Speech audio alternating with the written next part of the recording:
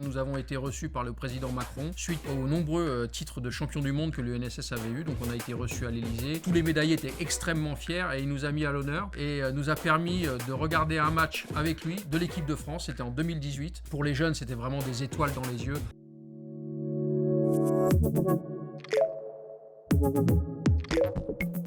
Bonjour, je suis Laurent Petrinka, le président de la Fédération internationale du sport scolaire. Je suis aussi inspecteur général de l'éducation nationale, de la jeunesse et des sports. Bienvenue sur Papillon Action.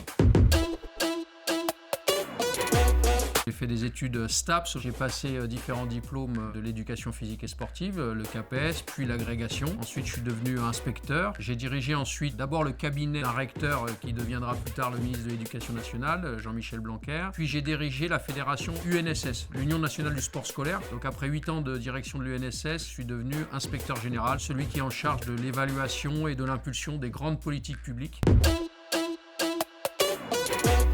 Alors actuellement, j'ai fini mon travail auprès de 2 ministres en tant que conseiller sport et politiques éducatives et grands événements sportifs. Donc auprès de Jean-Michel Blanquer et auprès de Roxana Maracineanu. Le gouvernement a changé, donc je reviendrai dans mon corps d'inspecteur général. Donc ça, c'est une partie de mon métier. Mais l'autre partie, celle de l'engagement, c'est la Fédération internationale du sport scolaire où là, on organise des championnats du monde dans le monde entier sur les 5 continents.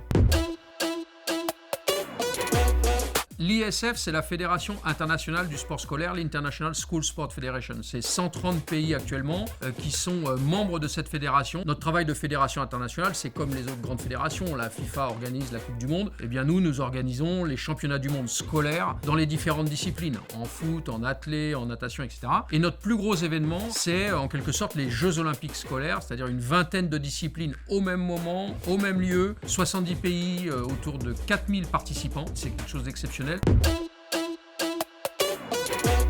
De faire un métier autour de ma passion. Le sport, évidemment, je suis tombé dedans très, très petit et j'y suis toujours. Chaque jour, quasiment, je fais du sport. Et puis, je l'ai lié à mon métier aussi de passion, c'est celui de l'éducation. Donc, j'arrive par ces différents temps à lier à la fois le sport, sa pratique, mais aussi les sujets de politique publique et d'enseignement de la matière sportive. Nous avons été reçus par le président Macron suite aux nombreux titres de champion du monde que l'UNSS avait eu. Donc on a été reçus à l'Elysée. Tous les médaillés étaient extrêmement fiers et il nous a mis à l'honneur et nous a permis de regarder un match avec lui de l'équipe de France. C'était en 2018. Alors c'était un quart de finale, c'était pas encore la finale, mais quelques jours après, la France deviendra championne du monde avec l'équipe qu'on connaît et les succès qu'on connaît. Donc pour nous, évidemment, en tant qu'adultes, voir le président, c'était un grand honneur. Mais pour les jeunes, c'était vraiment des étoiles dans les yeux. J'ai eu la chance de rencontrer Michel Platini. Le fait d'avoir vu une grande star comme ça, mais surtout quelqu'un d'inspirant dans le domaine footballistique, pour moi, c'était une chose très importante. Mais au-delà de ça, moi, ce que je retiens, c'est les rencontres inspirantes du jour le jour. Les gens ont du mal parfois à me croire quand je dis que dans le taxi, au café, vous rencontrez tout un tas de gens passionnants. Les gens ont une culture infinie. Et ça, c'est vraiment une passion et des rencontres de tous les jours qui font un parcours, me semble-t-il. D'abord, au quotidien, j'ai coutume de dire que le foot, c'est par définition le lieu de la diversité. Et le sport, il a cette chance. On ne regarde pas vraiment ces sujets-là. On est là pour s'amuser ensemble. Donc moi, la manière de vivre la diversité, c'est d'abord par la pratique du sport. Puis après, dans le cadre du métier, que ce soit en tant que conseiller ou à la Fédération internationale, je dois à la fois faire preuve de compréhension avec les gens, mais néanmoins aussi prendre des décisions en responsabilité par rapport à des situations difficiles. C'est une lutte, c'est une épreuve, c'est essayer de comprendre le monde et de prendre les bonnes décisions quand vous êtes aux responsabilités. C'est à partir des compétences, des connaissances et des possibilités des jeunes de pouvoir leur permettre d'accéder à leur propre meilleur niveau. On ne sera pas tous à égalité ni à la fin d'une vie, ni à la fin d'une journée, mais néanmoins, si chacun a donné, comme on dit, le meilleur de soi-même, eh bien, on aura gagné le combat de l'égalité des chances.